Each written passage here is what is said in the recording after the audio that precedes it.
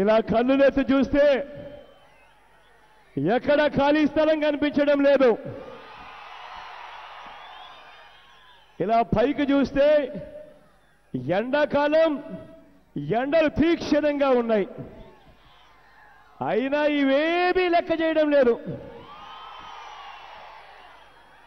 చిక్కటి చిరునవ్వులతోనే ఆప్యాయతలు చూపిస్తా ఉన్నారు. ప్రేమను రాగాలు పంచిపెడతా ఉన్నారు. ఆత్మీయతలను చూపిస్తా ఉన్నారు. మీ అందరి ఆప్యాయతలకు, మీ అందరి ప్రేమానురాగాలకు, మీ అందరి ఆత్మీయతలకు, ప్రతి అక్కకు,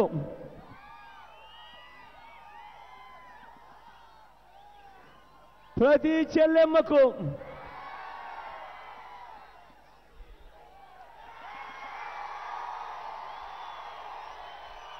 ప్రతి అవ్వకు, ప్రతి తాతకు, ప్రతి సోదరుడికి, ప్రతి స్నేహితుడికి ముందుగా రెండు చేతులు జోడించి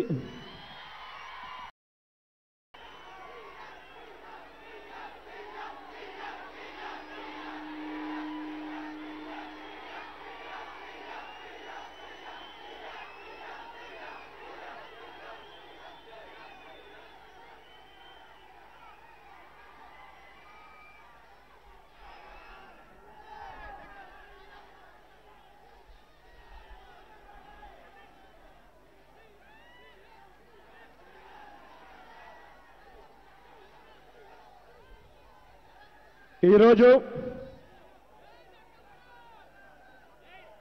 నాన్నగారి స్నేహితుడు, మా కుటుంబానికి ఆప్తుడు ఆయన శ్రీ జక్కంపూడి రామ్మోహన్ రావు గారి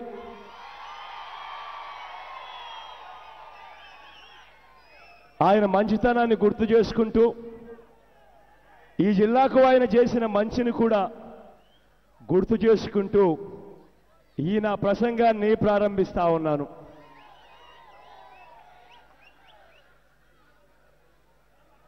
ఆయన ఉన్నప్పుడు చూసిన మంచి రోజులను చూశాం. ఆ దివంగత నేత ప్రీతమ నాయకుడు రాజశేఖర రెడ్డి గారి పరిపాలన చూశాం.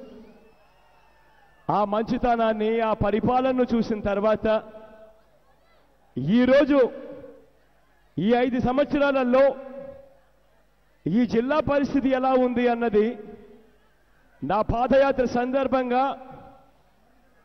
ప్రజలు పడుతున్న ప్రతి బాధను వారి మాటల్లో నుంచి విన్నా. వారి కష్టాలను నేను చూశా. ఆ ఆవేదనను కూడా నేను విన్నా. ఇవాళ నేను మీ అందరికీ కూడా ఒక్కటే చెప్తా ఉన్నాను.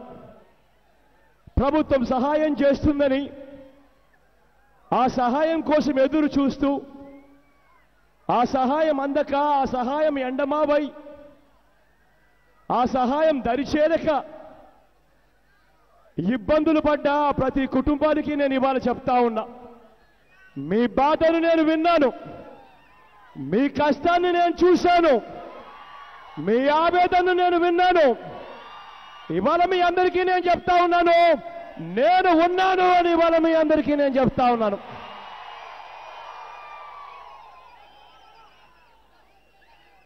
పక్కనే గోదావరి ఉంటుంది, కానీ సాగునీరు ఉండదు. పక్కనే గోదావరి ఉంటుంది, జిల్లాలో తాగునీరు కూడా సరిగ్గా ఉండదు. రైతుల పరిస్థితి చూస్తే రైతన్నలకు గిట్టుబాటు ధరలు కూడా రాని పరిస్థితి కనిపిస్తుంది. రుణాలు మాఫీ కాకపోవడంతో రైతన్న రుణాలు వడ్డీలకు వడ్డీలు కలిపి రెట్టింపైన పరిస్థితులు కనిపిస్తా ఉన్నాయి. 2018 జూన్ నాటికే పోలవరం ప్రాజెక్టు పూర్తి చేస్తారు అని చెప్పి అన్న ఈ ప్రభుత్వ పెద్దలు, ఈ చంద్రబాబు నాయుడు గారి ప్రభుత్వంలో ఆ పోలవరం ప్రాజెక్టు పునాది గోడలు దాటి ముందుకు కదలని పరిస్థితి కనిపిస్తా ఉంది. ఇదే పోలవరం ప్రాజెక్టు త్వరితగతిన పూర్తి చేసి రైతన్నకు మేలు చేయాల్సిన ఇదే పెద్ద మనిషి చంద్రబాబు నాయుడు గారి హయాంలో ఆ పోలవరం ప్రాజెక్టును ఎలా దోచుకోవాలి అన్న ఆరాటంతో పనిచేయిస్తా ఉన్నారు. పోలవరం ప్రాజెక్టు అంచనాల వ్యయాన్ని ఇష్టం వచ్చినట్టుగా పెంచేస్తా ఉన్నారు.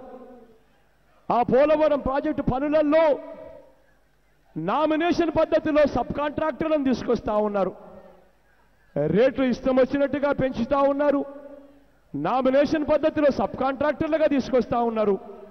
చివరికి ఆ పోలవరం ప్రాజెక్టు ఏ స్థాయిలో దోచారు అని చెప్పడానికి ఇదే జిల్లాకు చెందిన మంత్రి యనమల రామకృష్ణుడు గారి వియ్యంకుడు అదే పోలవరం ప్రాజెక్టులో సబ్ కాంట్రాక్టర్గా దోచుకుంటా ఉన్న పరిస్థితులు కూడా ఇదే జిల్లాలో కనిపిస్తాయి. ఇటువంటి దారుణమైన పరిస్థితుల్లో దోపిడీ జరుగుతూ ఉంది. పురుషోత్తపట్నం వ్యవహారం చూసినా కూడా అదే కనిపిస్తుంది.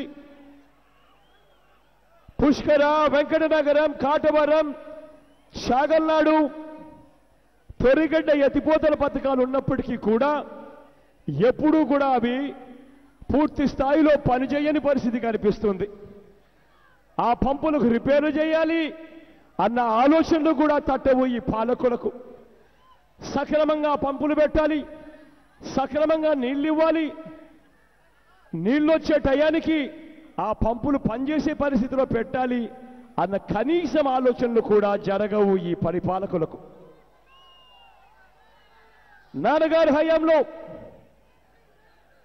కడియం స్కీమ్ ద్వారా 48 గ్రామాలకు తాగునీరు అందించారు.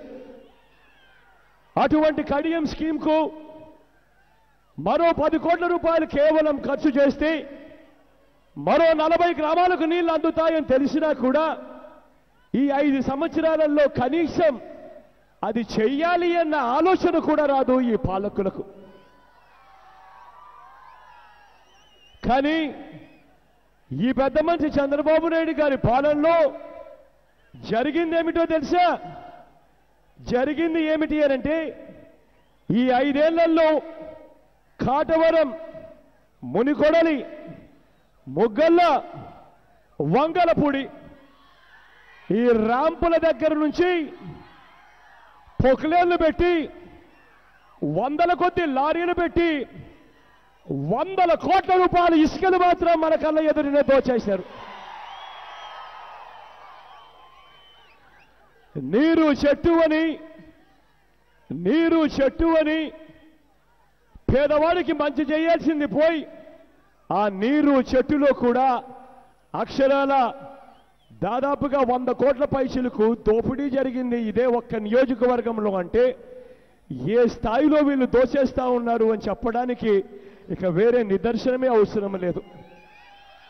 ఇసుకని వదలరు, మట్టిని వదలరు, కొండలు వదలరు, ఏది కూడా వదలకుండా దోచేస్తా ఉన్న పరిస్థితి కనిపిస్తా ఉంది.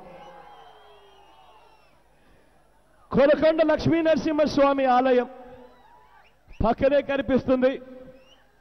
ఆ స్వామి ఆలయం ఉన్న చివరికి కొండను కూడా తవ్వి మట్టిని అమ్ముకుంటా ఉన్నారు అంటే వీళ్ళకి కనీసం ఏమాత్రమన్నా దేవుడన్నా భయమన్నా భక్తన్నా ఉందా అని అడుగుతా ఉన్నాను మీ అందరి సమక్షంలో. రైతన్నల పరిస్థితి చూస్తే వరికి కనీస మద్దతు ధర 1750 రూపాయలు అయితే పంట చేతికొచ్చేసరికి రైతన్నలకు క్వింటాలకు కనీసం 1200 రూపాయలు కూడా రాని పరిస్థితిలో ఇక్కడ రైతాంగం వ్యవసాయం చేయాల్సిన పరిస్థితి వస్తూ ఉంది. మొక్కజొన్నకు కనీస మద్దతు ధర చూస్తే మొక్కజొన్నకు కనీస మద్దతు ధర 1700. అయితే సీజన్లో ఆ మొక్కజొన్నను కనీసం 1200 రూపాయలకు కూడా అమ్ముకోలేని పరిస్థితిలో రైతన్న వ్యవసాయం చేస్తా ఉన్నాడు. చెరుకు ధర చూస్తే టన్నుకు 2500 రూపాయల కన్నా పెచ్చు రాని పరిస్థితి. అదే పక్కన ఉత్తరప్రదేశ్ రాష్ట్రంలో మన దేశంలోనే ఉన్న మరో రాష్ట్రం అక్షరాల 3150 రూపాయలు ఇస్తా ఉన్నారు ఆ రాష్ట్రంలో. మరి అదే పంట మన దగ్గరకు వచ్చేసరికి 2,500 రూపాయలకు కూడా కొనని పరిస్థితి కనిపిస్తూ ఉంది. సుబాబులు జామాయిల్ ధరలు చూస్తే రైతులకు కన్నీళ్లు తెప్పిస్తూ ఉన్నారు. నాన్నగారి హయాంలో టన్ను 6,500 రూపాయలకు అమ్ముడు పోయిన ఆ రోజులు గుర్తుకు చేసుకుంటా ఉన్నారు. 10 సంవత్సరాల కిందటనే ఆ రేటు ఉంటే అంతకన్నా రేటు పెరగాల్సింది పోయి ఇవాళ రేటు 2,200 2,500 రూపాయలు కూడా కొనే నాతుడు లేడు అని చెప్పి రైతన్న బాధపడుతూ చెప్తా ఉన్న మాటలు వింటే గుండె తరుక్కుపోతుంది. ఇవాళ నేను మీ అందరికీ కూడా ఒకటే చెప్పా, ఈ ప్రతి బాధను నేను చూసా, ప్రతి సమస్యను నేను విన్న తర్వాత నేను మీ అందరికీ కూడా ఇవాళ మాట చెప్తా ఉన్నాను. ఖచ్చితంగా మీ అందరికీ నేను తోడుగా ఉంటాను అని చెప్పి మరొకసారి ఖచ్చితంగా మాటిస్తా ఉన్నా. పాదయాత్రలో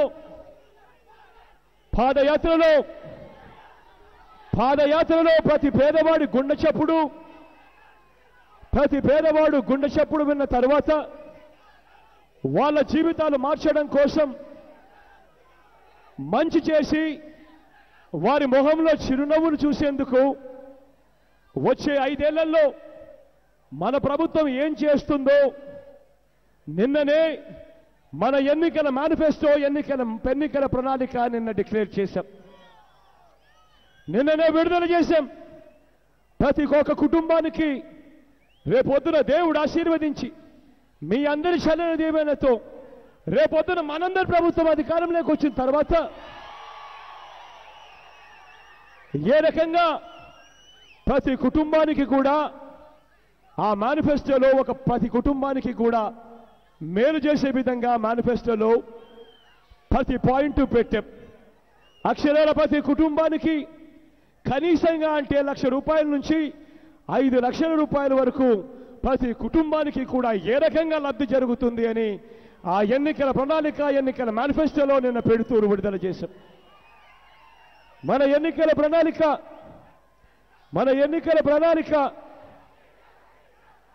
2019లో మన ఎన్నికల ప్రణాళిక ఏదైతే మనం ఇచ్చామో అది కేవలం 1 పేజీ మాత్రమే. ఇలా 1 పేజీ ఉంది, ఇలా తిప్పితే ఇంకొక పేజు, ఇటువైపున. ఇది మన ఎన్నికల ప్రణాళిక. ఇందులో మోసాలు లేవు, ఇందులో అబద్ధాలు లేవు, ఇందులో ప్రతి పేదవాడికి చిత్తశుద్ధితో మనం ఏం చేస్తాము అని చెప్పాం. ఎన్నికల ప్రణాళిక కేవలం ఇటువైపు ఎందుకు పెట్టామో తెలుసా? కారణం ఈ ఎన్నికల ప్రణాళికను చంద్రబాబు నాయుడు గారి 2014లో ఆయన ఇచ్చిన ఎన్నికల ప్రణాళిక ఎన్నికల మేనిఫెస్టో మాదిరి మాయం చేసేందుకు కాదు. ఎన్నికల ప్రణాళిక ఈ ఎన్నికల ప్రణాళిక ఎల్లవేళలా మీకు కనిపించే విధంగా అది చూపించే దానికోసమే కేవలం 2 పేజీలు పెట్టాం. ఇటువైపున ఇవే ఎన్నికల ప్రణాళిక. ఈ 5 సంవత్సరాలలో మీకు ప్రతి చోట ఇది కనిపిస్తూనే ఉంటుంది.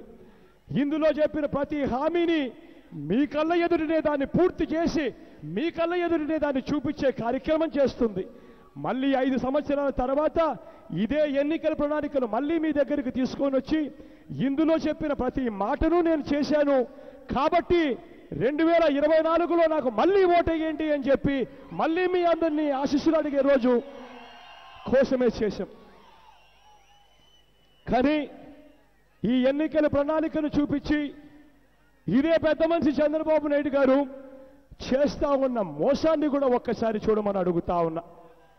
ఇదే పెద్ద మనిషి చంద్రబాబు నాయుడు గారు నిన్న పొద్దున మన ఎన్నికల ప్రణాళిక మనం ఇచ్చిన తర్వాత ఇదే పెద్ద మనిషి చంద్రబాబు నాయుడు గారు మనం ఇచ్చిన తర్వాత ఆయన కొన్ని గంటల తర్వాత ఆయన ఇంకొక ఎన్నికల ప్రణాళిక ఆయన ఇచ్చాడు. ఆయన ఇచ్చిన ఎన్నికల ప్రణాళిక చూస్తే 34 పేజీలతో ఒక కొత్త ఎన్నికల ప్రణాళిక చంద్రబాబు నాయుడు గారు ఇచ్చారు. అందులో సాక్షాత్తు 24 పేజీలలో చంద్రబాబు నాయుడు గారు కొత్త వాగ్దానాలు చేశాడు. దాదాపుగా 300 వాగ్దానాలు మళ్ళీ తన కొత్త ఎన్నికల ప్రణాళికలో మళ్ళీ చంద్రబాబు నాయుడు గారు చూపించాడు. ఒకసారి నేను మీ అందరితో కూడా ఇవాళ కోరేది ఒకటే, ఒకసారి చంద్రబాబు నాయుడు గారు ఇంతకు ముందు ఎన్నికల ప్రణాళిక ఇచ్చాడు. 2014లో ఇదే పెద్ద మనిషి చంద్రబాబు నాయుడు గారు ఇచ్చిన ఎన్నికల ప్రణాళిక 50 పేజీలు ఇచ్చాడు. ఎన్నికల ప్రణాళిక 2014లో ఈ 50 పేజీలు ఇచ్చిన ఈ 2014 ఎన్నికల ప్రణాళికలో నేను దాంట్లో నుంచి ఎక్కువ సమయం తీసుకోకుండా కేవలం 1-2 పేజీలు మాత్రమే చదువుతాను. ఒక్కసారి మీరే వినండి అని అడుగుతా ఉన్నా. ఇదే పెద్ద మనిషి చంద్రబాబు నాయుడు గారు ఎన్నికల ప్రణాళికలో 2014లో ఈయనిచ్చిన కొన్ని వాగ్దానాలు మాత్రమే నేను చదువుతాను. ఒక్కసారి మీరే వినండి అని అడుగుతా ఉన్నా. వ్యవసాయ రుణాలు మాఫీ,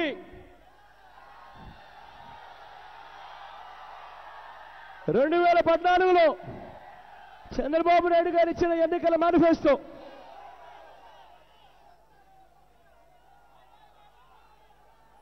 ₹5,000 కోట్ల ధరల స్థిరీకరణ నిధి, రైతులకు గిట్టుబాటు ధరల కోసమట. డ్వాక్రా రుణాలు మాఫీ, బెల్ట్ షాపుల రద్దు, మహిళల భద్రతకు ప్రత్యేక పోలీసు వ్యవస్థ, ఆపదలో ఉన్న మహిళలు సెల్ ఫోన్ల ద్వారా 5 నిమిషాల సహాయం అందించగల రక్షణ వ్యవస్థ, యువతకు ఉద్యోగము ఉపాధి, ఇంటికో ఉద్యోగం, ఇవ్వకపోతే ₹2,000 నిరుద్యోగ భృతి, గుడిసెలు లేని ఆంధ్రప్రదేశ్, పేద పిల్లలకు కేజీ నుంచి పీజీ వరకు ఉచిత విద్య, ఎన్టీఆర్ సుజల స్రవంతి పథకం, ₹2కే 20 లీటర్ల మినరల్ వాటర్ ఇంటింటికి సప్లై, అవినీతి రహిత సుపరిపాలన. పైగా చంద్రబాబు నాయుడు గారు సంతకం పెట్టాను. మళ్ళా కనిపిస్తా ఉందన్నా ఆయన సంతకం పెట్టింది కూడా. ఈ 2014 ఎన్నికల ప్రణాళిక చంద్రబాబు నాయుడు గారిది. ఏ స్టేజ్లో ఏ స్థాయిలో ఈ మోసాలు ఉన్నాయి అనంటే ఈ ఎన్నికల ప్రణాళిక ఎక్కడ ఉంది అని చెప్పి ఈరోజు మీరు వెళ్ళి తెలుగుదేశం పార్టీ వెబ్సైట్లోకి వెళ్ళి ఎక్కడ ఉంది అని చెప్పి మీరు బటన్ నొక్కితే 2014కు సంబంధించిన ఎన్నికల ప్రణాళిక మీకు కనపడకుండా మాయం చేశాడు పెద్ద మనిషి చంద్రబాబు నాయుడు గారు. ఒక్కసారి ఆలోచన చేయమని అడుగుతా ఉన్నా. ఈ మాదిరిగా మోసం చేస్తూ 50 పేజీల ఎన్నికల ప్రణాళికను 2014లో చంద్రబాబు నాయుడు గారు ఇచ్చారు. ఎవరైనా ముఖ్యమంత్రిగా ఉన్నప్పుడు ఈ ఎన్నికల ప్రణాళికలో ఆయన చెప్పింది ఇప్పుడు నేను చెప్పినవే కాకుండా ఈ పెద్ద మనిషి చంద్రబాబు నాయుడు గారు ఆ ఎన్నికల ప్రణాళికలో ఆయన చెప్పిన ప్రతి మాట కూడా ఇవాళ మోసంగానే తయారవుతా ఉంది. ఎవరైనా కూడా ముఖ్యమంత్రిగా పనిచేసిన వ్యక్తి 5 సంవత్సరాలు పరిపాలన చేసిన తర్వాత ఏ ముఖ్యమంత్రి అయినా ఏం చెప్పాలి? ఈ ఎన్నికల ప్రణాళికను చూపించి ఇదిగో నా ఎన్నికల ప్రణాళిక, ఇందులో నేను చెప్పినవన్నీ కూడా నేను చేశాను, దీన్ని చేశారు కాబట్టి నాకు ఓటేయండి అని చెప్పి ఎవరైనా అడగాలి.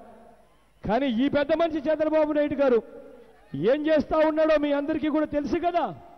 ఏం చేస్తా ఉన్నాడో తెలుసా? ఈ పెద్ద మనిషి చంద్రబాబు నాయుడు గారు ఏం చేస్తా ఉన్నాడు అనంటే ఈ మాదిరిగా 2019లో మళ్ళీ 34 పేజీల మళ్ళీ ఎన్నికల ప్రణాళిక మళ్ళీ రిలీజ్ చేశాడు. రిలీజ్ చేసి ఇందులో ఈ పెద్ద మనిషి చెప్పిన మాటలు నేను ఒక్కసారి చదువుతాను, దయచేసి వినండి. మేనిఫెస్టోలో మిగతా హామీలన్నీ ప్రణాళికబద్ధంగా 5 సంవత్సరాలలో పూర్తిగా అమలు చేశామంట. మేనిఫెస్టోలో చెప్పిన అనేక అంశాలను కూడా నెరవేర్చామంట, చెప్పని అనేక అంశాలను కూడా నెరవేర్చామంట.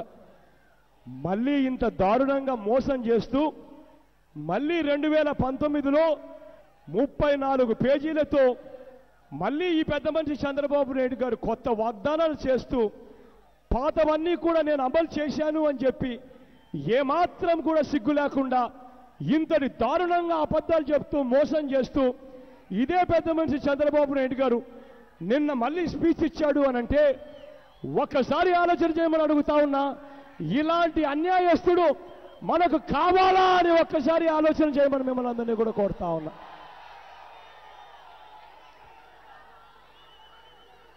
ఇదే పెద్ద మనిషి, ఇదే చంద్రబాబు నాయుడు గారు చేసిన మోసాలను మీరు చూడండి, చేసిన అబద్ధాలను మీరు చూడండి, ఏ రకంగా మళ్ళీ మోసం చేస్తూ ఏ రకంగా చేయడానికి ప్రయత్నం చేస్తూ కుట్రలు పన్నుతా ఉన్నారో ఒక్కసారి చూడండి. గత నెల రోజులుగా మీరు చూస్తూ ఉన్నారు. ఈరోజు గత నెల రోజులుగా జరుగుతూ ఉన్నది మీ అందరికీ కూడా గమనిస్తూ ఉన్నారు. కుట్రలన్నీ ఏ స్థాయిలో జరుగుతూ ఉన్నాయో మీరందరూ కూడా చూస్తూ ఉన్నారు. చంద్రబాబు నాయుడు గారు 5 సంవత్సరాల పరిపాలన మీద ప్రజల చర్చ జరగకూడదని, చంద్రబాబు నాయుడు గారు 5 సంవత్సరాల పరిపాలన మీద చర్చ జరగకూడదు అని ఈ పెద్ద మనిషి చంద్రబాబు నాయుడు గారు ప్రతిరోజు టీవీలలోనూ, ప్రతిరోజు ఆయనకు అమ్ముడు పోయిన పేపర్లలోనూ ఈయన చేస్తూ ఉన్నది ఏమిటో మీరు చూస్తూ ఉన్నారు. ప్రతిరోజు రోజుకొక పుకారు పుట్టిస్తూ ఉన్నాడు. రోజుకొక విషయం మీద, అప్రస్తుత విషయం మీద చర్చ జరిపించే కార్యక్రమం చేస్తూ ఉన్నారు. ఆయనకు తెలుసు చంద్రబాబు నాయుడు గారు 5 సంవత్సరాల పరిపాలన మీద చర్చ జరిగితే చంద్రబాబు నాయుడు గారికి డిపాజిట్లు కూడా రావు అనే సంగతి తనకు తెలుసు. కాబట్టి ఈ పెద్ద మనిషి ఈరోజు కుట్రలు పన్నుతా ఉన్నారు. ఈరోజు యుద్ధం జరుగుతూ ఉన్నది. ధర్మానికి అధర్మానికి మధ్య ఇవాళ యుద్ధం జరుగుతూ ఉంది. ఇవాళ మనం చంద్రబాబు నాయుడు గారు ఒక్కరితో యుద్ధం చేయడం లేదు. ఇవాళ మనము ఈనాడుతో యుద్ధం చేస్తూ ఉన్నాం, ఆంధ్రజ్యోతితో యుద్ధం చేస్తూ ఉన్నాం, TV9తో యుద్ధం చేస్తూ ఉన్నాం, TV5తో యుద్ధం చేస్తూ ఉన్నాం, అమ్ముడు పోయిన అనేక టీవీ ఛానళ్లతో కూడా ఇవాళ యుద్ధం చేస్తూ ఉన్నాం.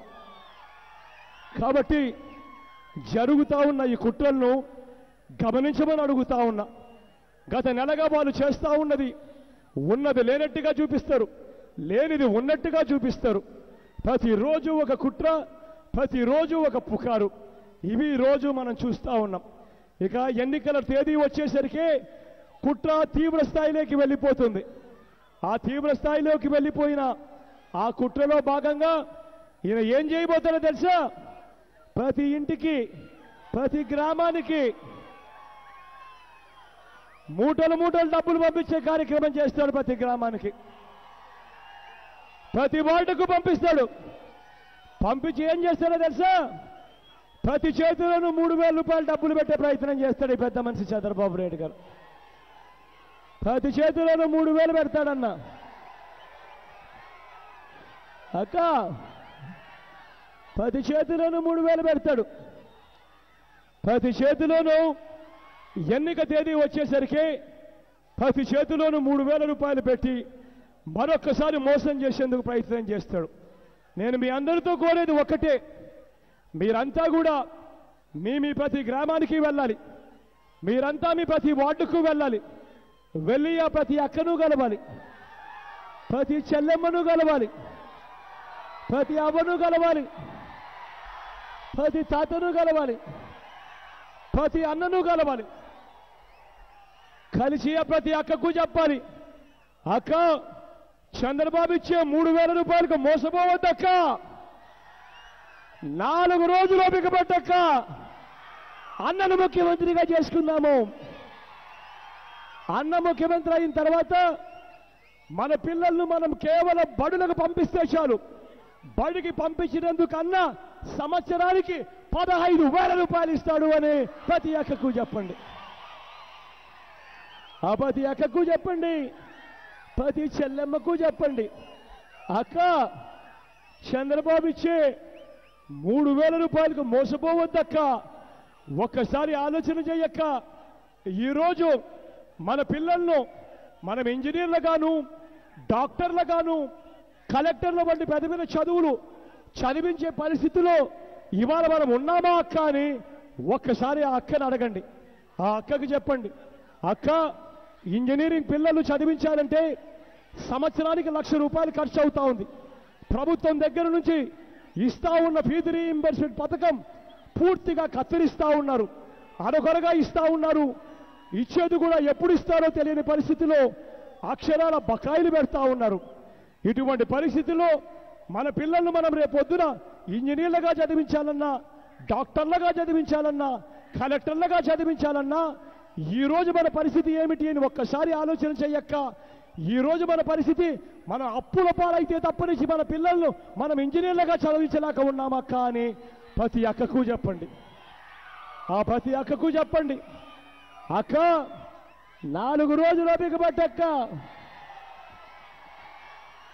4 రోజులు ఓపిక పట్టక్క.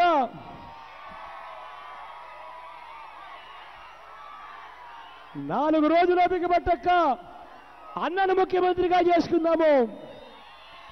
అన్న ముఖ్యమంత్రి అయిన తర్వాత మన పిల్లలను ఇంజనీర్లుగాను, డాక్టర్లుగాను, కలెక్టర్ల వంటి పెద్ద పెద్ద చదువులు అన్న ఎన్ని లక్షలు ఖర్చు అయినా పర్వాలేదు అన్న చదివిస్తాడక్క అని ప్రతి అక్కకు చెప్పండి.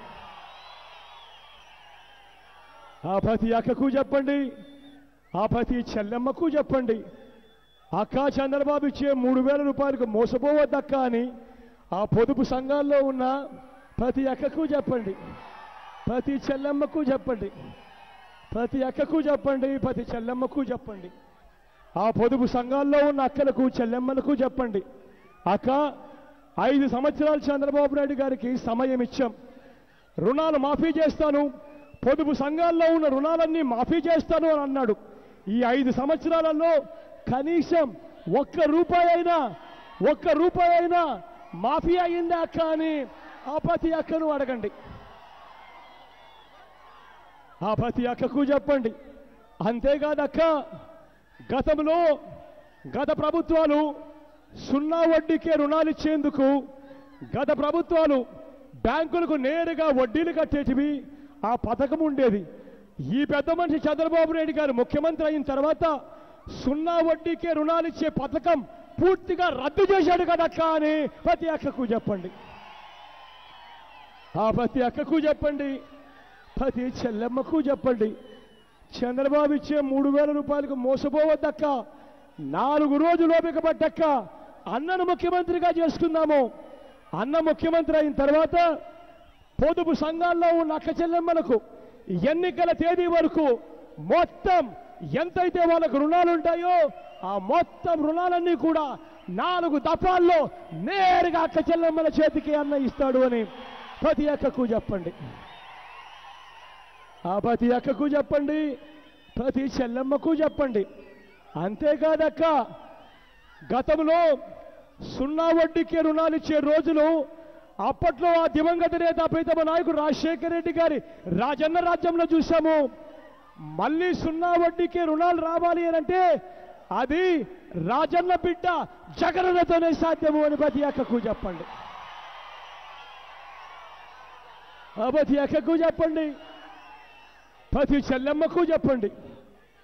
ఆ పేదరికంలో ఉండి అలమటిస్తా ఉన్న ఆ బీసీ అక్కలకు చెప్పండి, ఆ ఎస్సీ అక్కలకు చెప్పండి, ఆ ఎస్టీ అక్కలకు చెప్పండి, ఆ మైనారిటీ అక్కలకు చెప్పండి. 45 సంవత్సరాల నుంచి 60 సంవత్సరాల వయసులో ఉన్న ఆ ప్రతి అక్కకు చెప్పండి, అక్క చంద్రబాబు ఇచ్చే ₹3,000 మోసపోవద్దక్క. 4 రోజులు ఓపిక పట్టక్క. అన్నను ముఖ్యమంత్రిగా చేసుకుందాము. అన్న ముఖ్యమంత్రి అయిన తర్వాత అన్న వైఎస్ఆర్ చేయూత అన్న పథకాన్ని తీసుకొస్తా ఉన్నాడు. అన్న ప్రతి అక్క చేతిలోనూ ₹75,000 పెడతాడు దఫాలు కానీ ప్రతి అక్కకు చెప్పండి, ప్రతి అక్కకు చెప్పండి, ప్రతి చెల్లెమ్మకు చెప్పండి, చంద్రబాబు ఇచ్చే ₹3,000 మోసపోవద్దక్క అని. గ్రామాలలో ఉన్న ప్రతి రైతన్నను కలవండి, కలిసి ఆ ప్రతి రైతన్నకు చెప్పండి, అన్నా రైతన్న చంద్రబాబు నాయుడు గారికి 5 సంవత్సరాలు సమయం ఇచ్చాం, రుణాలు మాఫీ చేస్తాను అని అన్నాడు. ఈయన చేసిన రుణమాఫీ అన్న పథకం రైతన్నలకు కనీసం వడ్డీలకైనా వచ్చిందా అన్నా అని చెప్పి ప్రతి రైతన్నను అడగండి. ఆ ప్రతి రైతన్నకు చెప్పండి, అన్నా రైతన్న గత ప్రభుత్వాలు రైతన్నలకు 0 వడ్డీకే రుణాలు ఇచ్చేందుకు పథకాలు ఉండేటివి. కానీ ఈ పెద్ద మనిషి చంద్రబాబు నాయుడు గారు ముఖ్యమంత్రి అయిన తర్వాత 0 వడ్డీ అన్న పథకం పూర్తిగా రద్దు చేశాడు కదన్నా అని చెప్పి ప్రతి రైతన్నకు చెప్పండి. ఆ ప్రతి రైతన్నకు చెప్పండి, అన్నా రైతన్న ఈ 5 సంవత్సరాలలో ఏ ఒక్క సంవత్సరమైనా ఏ ఒక్క పంటకైనా గిట్టుబాటు ధరలు వచ్చాయా రైతన్నా అని చెప్పి ప్రతి రైతన్నను అడగండి. ఆ ప్రతి రైతన్నకు చెప్పండి, అన్నా రైతన్న చంద్రబాబు ఇచ్చే 3000కు మోసపోవద్దన్నా, 4 రోజులు ఓపిక పట్టన్నా, అన్నను ముఖ్యమంత్రిగా చేసుకుందాం. అన్న ముఖ్యమంత్రి అయిన తర్వాత రైతన్నలకు పెట్టుబడి కోసం మే మాసం వచ్చేసరికి అన్న ప్రతి రైతన్న చేతిలోనూ 12,500 రూపాయలు ప్రతి రైతన్న చేతిలోనూ అన్న పెడతాడు. రైతన్నలకు పెట్టుబడి కోసం అన్న 50,000 రూపాయలు ఇస్తాడు అని ప్రతి రైతన్నకు చెప్పండి. అంతేకాదు ఆ ప్రతి రైతన్నకు చెప్పండి, అన్నా రైతన్న గతంలో 0 వడ్డీకే రుణాలు ఇచ్చే రోజులు అప్పట్లో ఆ దివంగత నేత ఆ ప్రీతమ నాయకుడు రాజశేఖర రెడ్డి గారి రాజన్న రాజ్యంలో చూశాం. మళ్ళీ 0 వడ్డీకే రుణాలు రావాలి అంటే అది రాజన్న బిడ్డ జగనన్నతోనే సాధ్యము అని ప్రతి రైతన్నకు చెప్పండి. ఆ ప్రతి రైతన్నకు చెప్పండి, అన్నా రైతన్న జగనన్న గిట్టుబాటు ధరలు ఇవ్వడమే కాదు, గిట్టుబాటు ధరలకు అన్న గ్యారెంటీ ఇస్తాడు అని ప్రతి రైతన్నకు చెప్పండి.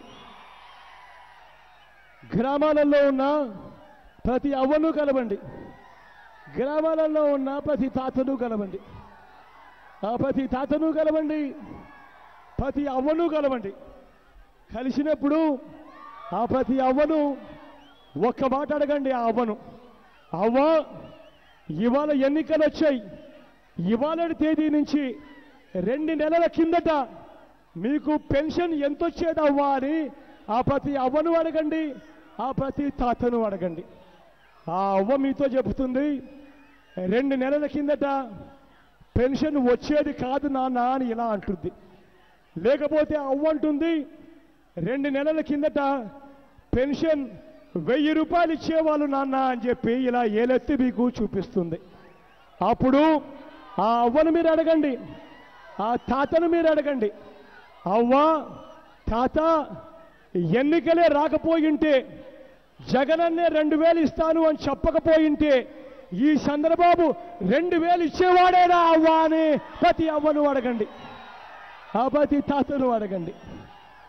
ఆ ప్రతి అవ్వకు చెప్పండి, ప్రతి తాతకు చెప్పండి, 4 రోజులు ఓపిక పట్టవ్వా, ఆ తర్వాత మీ మనవడు ముఖ్యమంత్రి అవుతాడవ్వా అని ప్రతి అవ్వకు చెప్పండి. మీ మనవడు ముఖ్యమంత్రి అయిన తర్వాత పెన్షన్ 3000కు పెంచుకుంటూ పోతాడు అని ప్రతి అవ్వకు చెప్పండి. ఇల్లు లేని ప్రతి నిరుపేదకు చెప్పండి. చంద్రబాబు నాయుడు గారు 5 సంవత్సరాల పరిపాలన చూశాం. ఈ పరిపాలనలో కనీసం గ్రామానికి 10 ఇల్లులు కూడా కట్టించలేని పరిస్థితి చూశాం. అప్పట్లో ఆ దివంగత నేత ప్రీతమ నాయకుడు రాజశేఖర రెడ్డి గారి రాజన్న రాజ్యంలో ప్రతి పేదవాడికి ఇల్లులు కట్టించిన రోజులు చూశాం.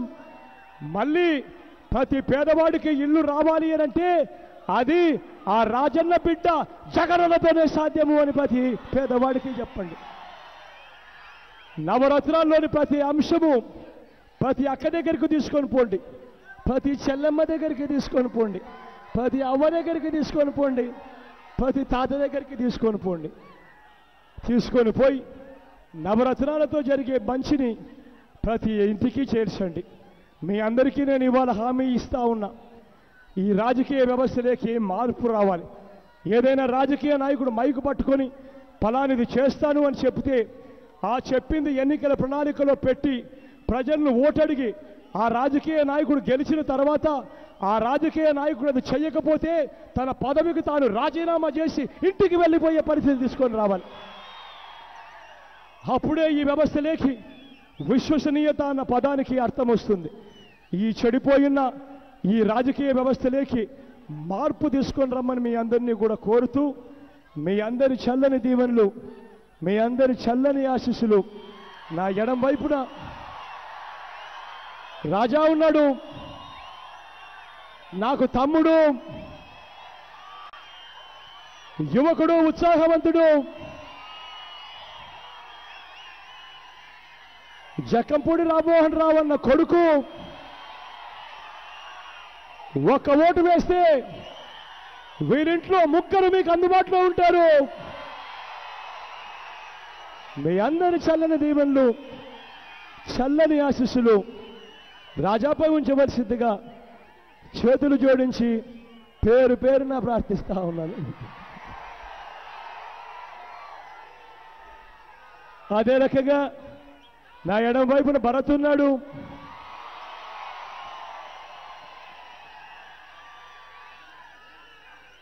యువకుడు, ఉత్సాహవంతుడు, అన్ని రకాలుగా మంచి చేస్తాడన్న నమ్మకం, విశ్వాసం నాకున్నాయి. మీ అందరి చల్లని దీవెనలు, మీ అందరి చల్లని ఆశీస్సులు వీళ్ళిద్దరిపై ఫ్యాన్ గుర్తుపై ఉంచవలసిందిగా సవినయంగా చేతులు జోడించి ప్రార్థిస్తా ఉన్నా.